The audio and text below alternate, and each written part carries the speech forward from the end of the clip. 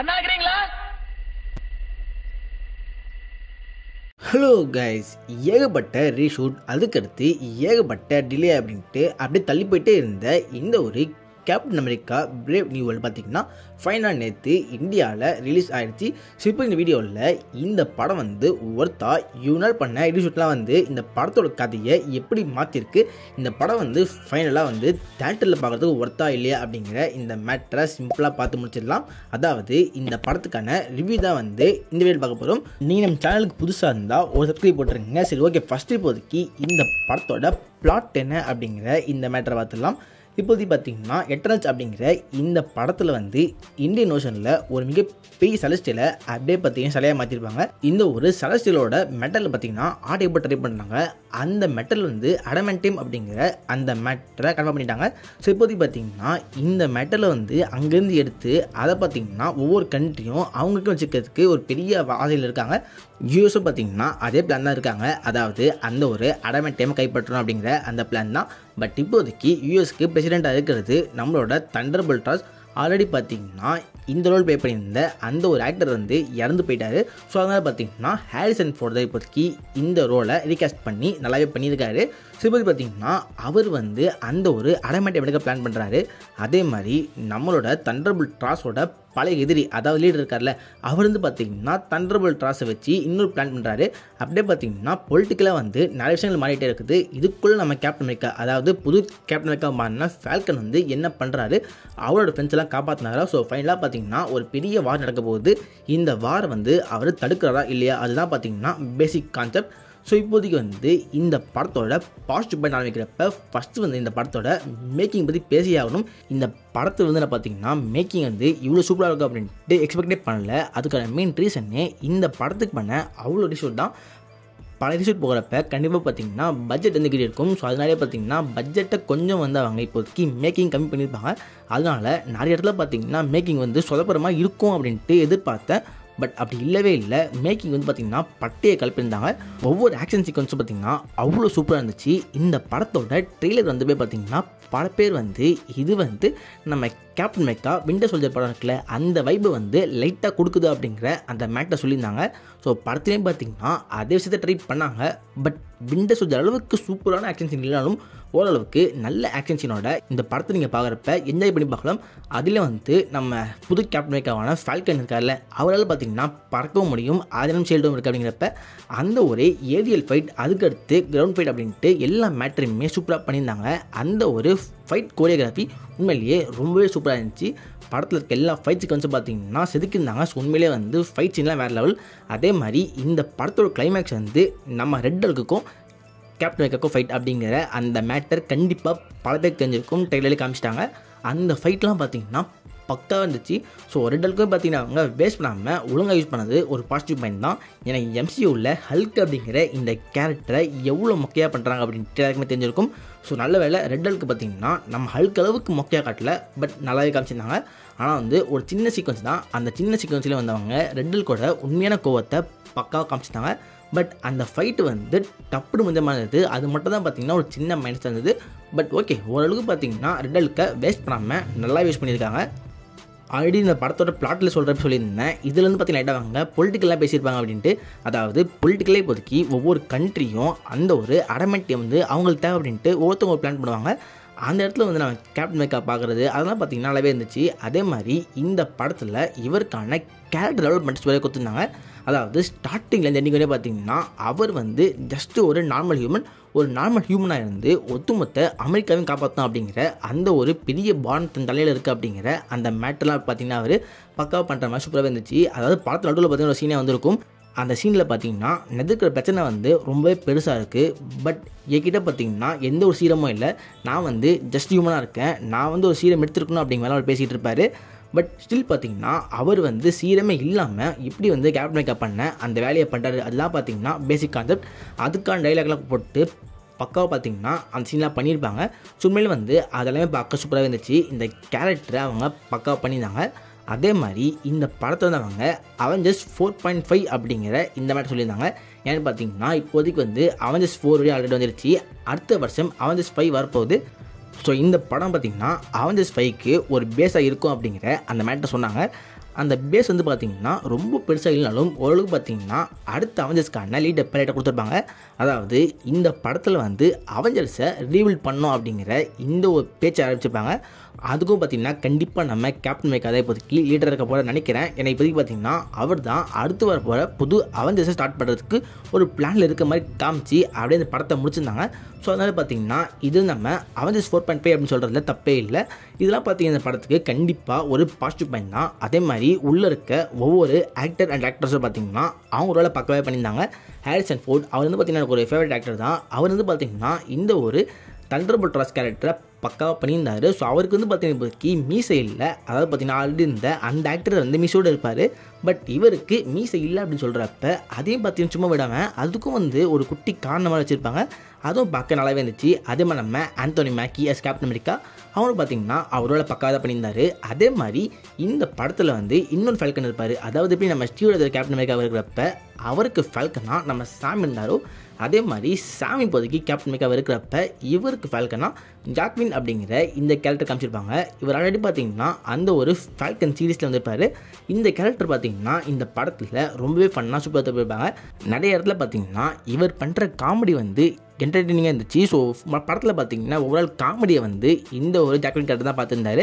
இவ்வளோ ஆக்டர்ஸ் பற்றி பேசுகிறப்ப கண்டிப்பாக இன்னொரு கேரக்டர் பற்றி பேசி ஆகணும். அதுதான் வந்து நம்ம கியான்கார்லோ எஸ்போசிட்டோ.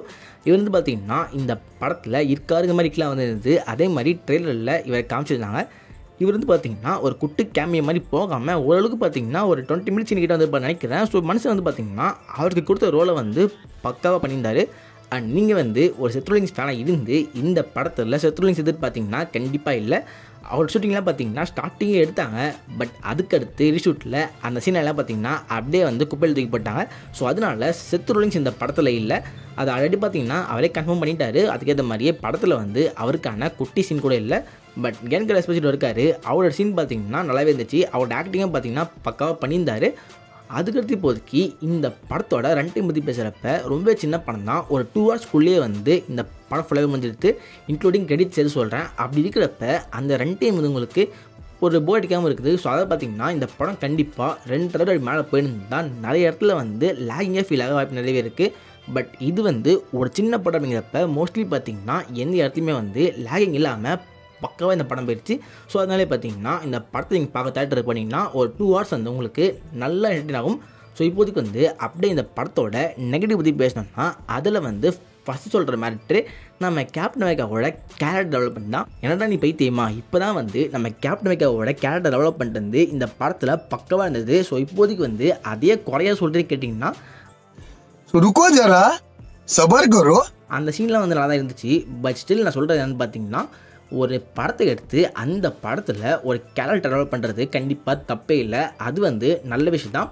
பட் இந்த படம் எடுத்ததுக்கு மெயின் ரீசனே பார்த்தீங்கன்னா இவர் தான் அந்த கேப்டன் அமெரிக்கா. அதை வந்து ஒரு மண்டல ஏற்றுக்கோ அப்படின்ட்டு நமக்கு சொல்கிற மாதிரி ஃபீல் ஆச்சு. அதான் பார்த்தீங்கன்னா ஆல்ரெடி இவர் கேரக்டரை வந்து நமக்கு நல்லா மைண்டில் ஏற்றணும் அப்படின்ட்டு முடிவு பண்ணிட்டாங்க. அதுக்காக மட்டும் இந்த படத்தை எடுத்த மாதிரி ஃபீல் ஆச்சு. அதாவது ஆல்ரெடி வந்து ஃபால்கன் சீரிஸ் இருக்குல்ல, அந்த சீரிஸ் எண்டிங்லேயே வந்து கண்டிப்பாக பல மார்வல் ஃபேன்ஸ் வந்து நம்ம கேப்டன் அமெரிக்கா அதாவது சாம் வில்சனை அடுத்த கேப்டன் அமெரிக்கா வச்சிருக்கிறதுக்கு வாய்ப்பு நிறையவே இருக்குது.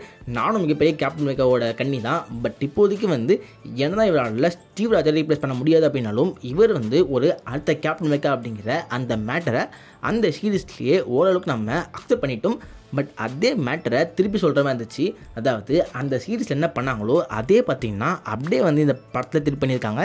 இந்த படத்தில் சீனும் இருக்கும். அந்த சீன்லாம் பார்த்திங்கன்னா அப்படியே வந்து ஆல்ரெடி நம்ம ஸ்டீவ் பண்ணார்ல அதெல்லாம் பார்த்திங்கன்னா அப்படியே திருப்பி பண்ணுற மாதிரி இருக்கும். அதாவது ஸ்டீவ் கிட்ட வந்து விண்டர் சோல்ஜர் படத்தில் பார்த்திங்கன்னா ஒருத்தர் இந்த மாதிரி ஷீல்டுலாம் டிவேஷன் சொல்லுவார். அப்போ அப்படியே ஷீல்டை கீழே போட்டு அந்த இடத்துல ஒரு தரமான ஹேண்ட் டு ஹேண்ட் காம்பேட் இருக்கும்.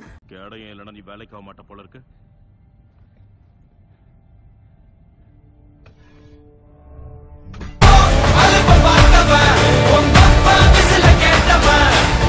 அதே மாதிரி பார்த்திங்கன்னா இந்த இடத்துலையும் ஒரு ஃபைட் இருக்குது. பட் இந்த இடத்துல வந்து நம்ம சாம் அந்த ஷீல்டை வந்து வேணுட்டே கீழே போட்டுருக்க மாட்டார். பட் ஷீல்டு இல்லாமல் பார்த்திங்கன்னா அவருக்கு வந்து ஃபைட் சீக்வன்ஸில் இருக்கும். அதாவது ஷீல்டு இல்லைனாலும் நான் கேப்டன் தான் அப்படிங்கிற அந்த மேட்டரை திரும்பி சொல்கிற மாதிரி இருந்துச்சு. ஆல்ரெடி பார்த்திங்கன்னா இந்த கேரக்டர் அவங்க நல்லாவே இந்த சீரீஸ்லேயே பண்ணியிருந்தாங்க. ஸோ திருப்பி வந்து அதே மேட்டை சொல்கிறப்ப அது கொஞ்சம் கடுப்பாக இருக்குது. அதையும் தாண்டி இப்போதைக்கு பார்த்திங்கன்னா மல்டிவர்ஸ் ஆகால இருக்கும். அதாவது மல்டிவர்ஸ் ஆகாவோட எண்டிங்கில் இருக்கும். இன்னும் 2 வருஷத்தில் இந்த சாகாவே முடிய போகுது அப்படிங்கிறப்ப இப்போதைக்கு வந்து ஃபேன்ஸ் எதிர்பார்க்குறது ஒரு பிரம்மாண்டமான மல்டிவர்ஸ் படம். பட் இப்போதைக்கு வந்து பார்த்திங்கன்னா இது வந்து சம்மந்தமே இல்லாமல் இந்த ஒரு அமெரிக்கன் பாலிடிக்ஸை காட்டுற படமாக இருக்குது. ஸோ அதனாலே பார்த்திங்கன்னா சில பேருக்கு வந்து அது கடுப்பாக வாய்ப்பு நிறையவே இருக்குது. இந்த படத்தை பிளான் பண்ணதே பார்த்திங்கன்னா எப்பயும் வர வேண்டியது. ஸோ இந்த படம் வந்து பிளான் பண்ண சமயத்துலேயே கரெக்டாக வந்திருந்தால் கண்டிப்பாக பார்த்திங்கன்னா அது பக்காவாக இருந்திருக்கும். பட் இப்போதைக்கு மல்டிவர்ஸாக முடிய போகுது. இந்த சமயத்தில் இந்த மாதிரி படம் வந்தது கண்டிப்பாக பார்த்திங்கன்னா சில ஃபேன்ஸுக்கு கடுப்பாக தான் இருக்கும். பட் மற்றபடி பார்த்திங்கன்னா இதெல்லாம் தூக்கி போட்டு இந்த படத்தை பார்க்குறப்ப நல்லா தான் இருந்துச்சு. அண்ட் படத்தோட கதையை பற்றி பார்த்தோன்னா கதை வந்து பார்த்திங்கன்னா ஒரு ஆவரேஜ் ஸ்டோரி தான். இந்த ஆவரேஜ் ஸ்டோரியை ஒரு best making and best action அப்படிங்கிற இந்த மேட்டரை வச்சு ஆவரேஜ் ஸ்டோரியை அப்படியே பார்த்திங்கன்னா பூசி மறைச்சிட்டாங்க. அவ்வளோதான். ஏன்னா இந்த படத்தில் வந்து உங்களுக்கு பெருசாக ட்விஸ்ட்டு அப்படின்ட்டு ஒன்றுமே இருக்காது. அதே மாதிரி இந்த படத்தோட வில்லன் பார்த்திங்கன்னா லீடர் தான். அந்த லீடரை அப்படியே ஃபேஸ் மறைச்சி காமிச்சிட்டு இருப்பாங்க. பட் ஸ்டார்டிங்கில் காட்டும் போதே இது லீடர் தான் அப்படின்ட்டு நம்மளே புரிஞ்சுக்கலாம். அந்தளவுக்கு தான் இருந்துச்சு. ஸோ அதையும் தாண்டி பார்த்திங்கன்னா அந்த லீடர் இருக்கார்ல அவரோட மோட்டிவும் வந்து அவங்க ரொம்ப ஸ்ட்ராங்காக தரல. அதெல்லாம் பார்த்திங்கன்னா உங்களுக்கு கொஞ்சம் கடுப்பாக தான் இருந்துச்சு. இந்த படத்தை பார்க்குறப்ப எனக்கு மைனஸாக தோணுன இன்னொரு மிகப்பெரிய மேட்டர் என்னென்னு பார்த்திங்கன்னா இந்த படத்தில் பிரசிடெண்ட்டாக வர நம்மளோட தண்டர்போல்ட் ட்ரஸ்ட் தான். அதாவது இப்போதைக்கு பார்த்திங்கன்னா இவர் தான் யூஎஸோட பிரசிடெண்ட்டாக இருக்கார். அதுதான் இப்போதைக்கு வேர்ல்டில் இருக்க ஒரு நம்பர் 1 பிளேஸ் மாதிரி. இப்போதைக்கு நம்மளோட ரியல் லைஃப் வேர்ல்டு கூட அதை நீங்கள் மேட்ச் பண்ணி பார்க்கலாம். இப்போதைக்கு ட்ரம்ப் நினச்சா என்ன வேணால் பண்ண முடியும். அதை நீங்கள் ஆல்ரெடி பார்த்து தான் இருக்கீங்க. அவர் வந்து பார்த்தீங்கன்னா இஷ்டத்துக்கு நிறைய மேட்டர் பண்ணி தான் இருக்காரு. பட் இந்த இடத்துல அப்படியே நீங்கள் தண்டர்போல்ட் ட்ரஸ்ட் பார்த்தீங்கன்னா அவர் பண்ணுற பல மேட்டர் வந்து உங்களுக்கு என்னடா இவன் தான் யூஎஸோட பிரசிடெண்ட்டா அப்படிங்கிற மாதிரி இருக்கும். அதாவது பல இடத்துல பார்த்தீங்கன்னா பல கண்ட்ரி கிட்ட நம்ம தண்டர்போல்ட் ட்ரஸ்ட் வந்து அப்படியே பார்த்தீங்கன்னா பம்பி பேசுவார். அதுவும் வந்து நம்ம இந்தியாவோட பிரைம் மினிஸ்டர்லாம் இருப்பாங்க. அவங்களாம் பார்த்தீங்கன்னா இந்த மாதிரி வந்து ஸ்ட்ரைட்டாக வந்து யூஎஸ் பிரசிடெண்ட்டுக்கே வந்து நீங்கள் பண்ணுறது சரியில்லை, உங்கள் டென்ட் சேர மாட்டோம் அப்படிலாம் பேசிகிட்டு இருப்பாங்க. அந்த இடத்துல பார்த்தீங்கன்னா அவர் வந்து மற்றவங்ககிட்ட கெஞ்சிட்டு இருப்பார். ஸோ உண்மையிலே பார்த்தீங்கன்னா ஒரு யூஎஸ் பிரசிடெண்ட்டாக இருந்தாங்கன்னா அவங்க கெஞ்சிறதுக்கு அவசியமே இல்லை. ஏன்னா அவங்கள பார்த்து பல கண்ட்ரிஸ் பார்த்தீங்கன்னா பயப்படுவாங்க. ஏன்னா அவங்களோட மிலிட்ரி பவர் வந்து அந்தளவுக்கு இருக்கும். பட் இந்த இடத்துல பார்த்தீங்கன்னா நம்ம தண்டர்போல்ட் ட்ரஸ்ட்டை ரொம்ப வீக்காக காமிச்சிருப்பாங்க. நான் லைட்டாக பார்த்தீங்கன்னா இதை ரியல் லைஃப்பில் இருக்க இந்த பாலிடிக்ஸோட மிக்ஸ் பண்ணி பேசுகிறேன். ஸோ உங்களுக்கு நான் சொல்கிறது புரிய நினைக்கிறேன். உண்மையிலே வந்து ஒரு யூஎஸ் பிரசிடெண்ட்னா அவங்களோட பவர் வந்து அந்தளவுக்கு இருக்கணும். பட் படத்தில் அதை ரொம்பவே அண்டர் ப்ளே பண்ண மாதிரி எனக்கு ஃபீல் ஆச்சு. ஸோ ஃபைனலாக பார்த்தீங்கன்னா சொல்ல வர இந்த படம் வந்து தேட்டரில் பார்க்குறதுக்கு ஒர்த்தா இல்லையா கேட்டிங்கன்னா கண்டிப்பாக ஒரு ஒர்த்தான படம் தான். ஸோ தேட்டரில் பார்க்குறப்ப அந்த ஒரு 3D எஃபெக்ட்லாம் வந்து கண்டிப்பாக தரமாகவே இருந்துச்சு. ஸோ நம்ம ஃபால்கன் ஃபைட் பண்ணுற ஒவ்வொரு ஃபைட் சீக்வன்ஸும் வந்தவங்க அவ்வளோ சூப்பராக பண்ணியிருந்தாங்க. ஸோ உண்மையிலே பார்த்தீங்கன்னா ஒரு பெஸ்ட்டு தேட்டர் எக்ஸ்பீரியன்ஸை கொடுக்கும் ஒரு நல்ல படம் தான். பட் ஸ்டோரி மட்டும் கொஞ்சம் ஆவரேஜாக போயிடுச்சு.